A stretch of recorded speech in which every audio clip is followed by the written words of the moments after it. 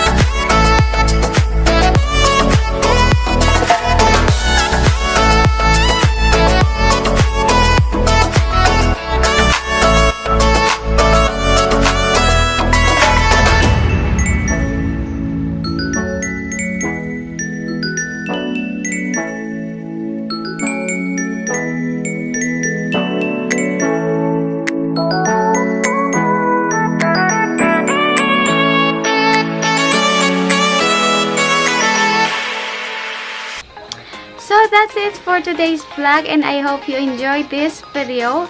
And if you haven't subscribed to my channel, please do subscribe to Chubby TV, and don't forget to click the notification bell so that you will notify if I have a new video. That's it for today, and bye! See you on my next vlog.